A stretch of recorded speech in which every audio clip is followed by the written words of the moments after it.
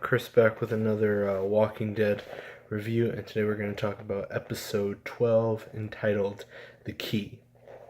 So, a lot of stuff to talk about in this episode. Basically, I'm going to go through the three major arcs that this episode covers. And they're actually all intertwined very well to each other. I have to say, this is probably one of the best episodes of season 8 that I've seen thus far, next to the one where Negan and Father Gabriel are trapped in the trailer together. But I think these two are pretty neck and neck. This one just may be a little bit over. So one of the first arcs that happens in this episode, Dwight comes back to the Saviors, and he goes on a little field trip with Simon and everything.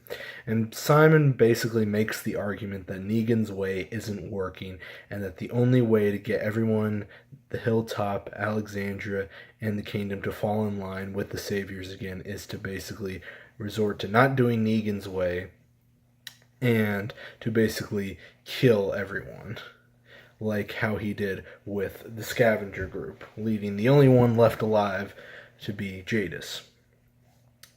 Eventually, Negan finds out that from Rick that Simon was behind this. He doesn't get a chance to confront him on this, but it basically leads a little bit to in between this all-out war. It leads to a little bit of a civil war between the Saviors and Negan, in a sense. So we can see that there's going to be a conflict brewing for Simon towards the end of this season, which makes things really interesting as we reach the finale in the next couple of episodes. And sort of Dwight sort of plays on this whole idea of sort of expanding the Saviors and sort of moving on to other groups and everything.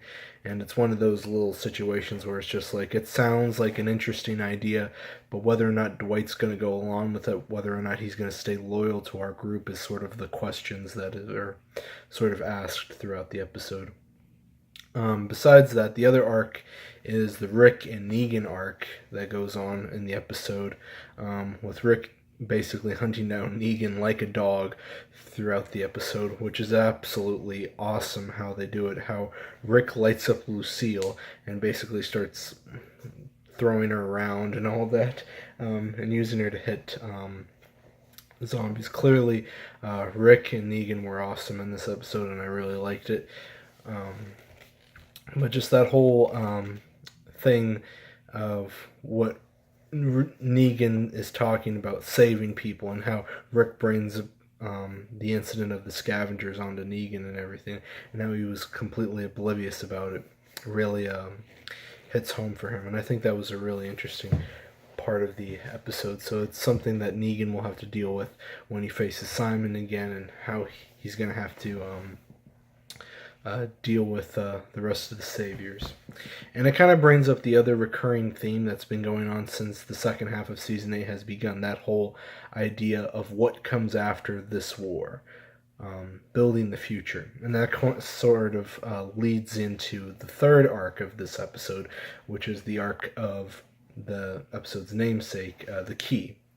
So Maggie comes in contact with this mysterious woman. I'm not really sure if we get her name. I do not remember it from the episode, but she basically comes bringing this knowledge of this book that allows the Hilltop, Alexandria, and other communities to basically build these man-made structures. She says aqueducts, food sources, and stuff like that. And she basically says, okay, I have this food for you right now, and then in addition to the food, I'm going to give you this book. This book will tell you how to make all the stuff that you need to grow a basically thriving community, and then I will come back, and then you will give me some of that food that you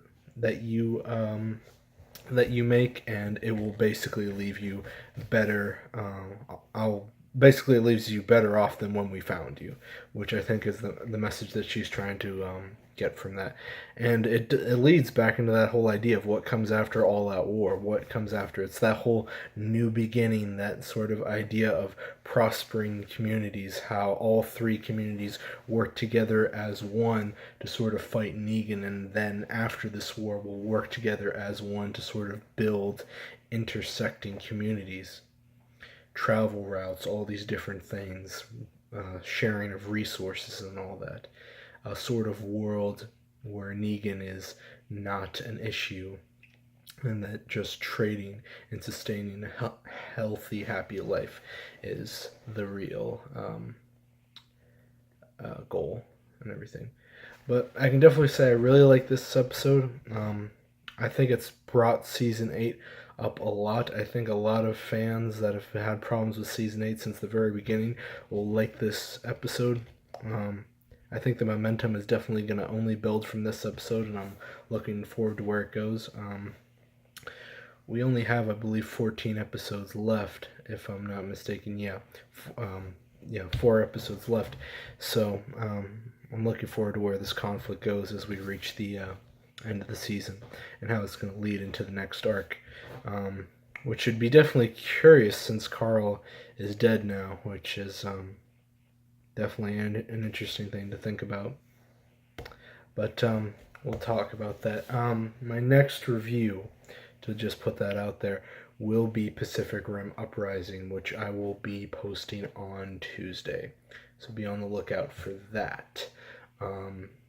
And I will see about any other ones, but I know that one for sure will be up. And please make sure to watch any of my other reviews, my recent ones, Love, Simon, the previous Walking Dead episode 11, Dead or Alive, or the other movie review that I just posted also, in addition to Love, Simon, Annihilation. Please make sure to check those out. Let me know what you guys thought about the episode, and I will see you guys in the next video, as will Lucille.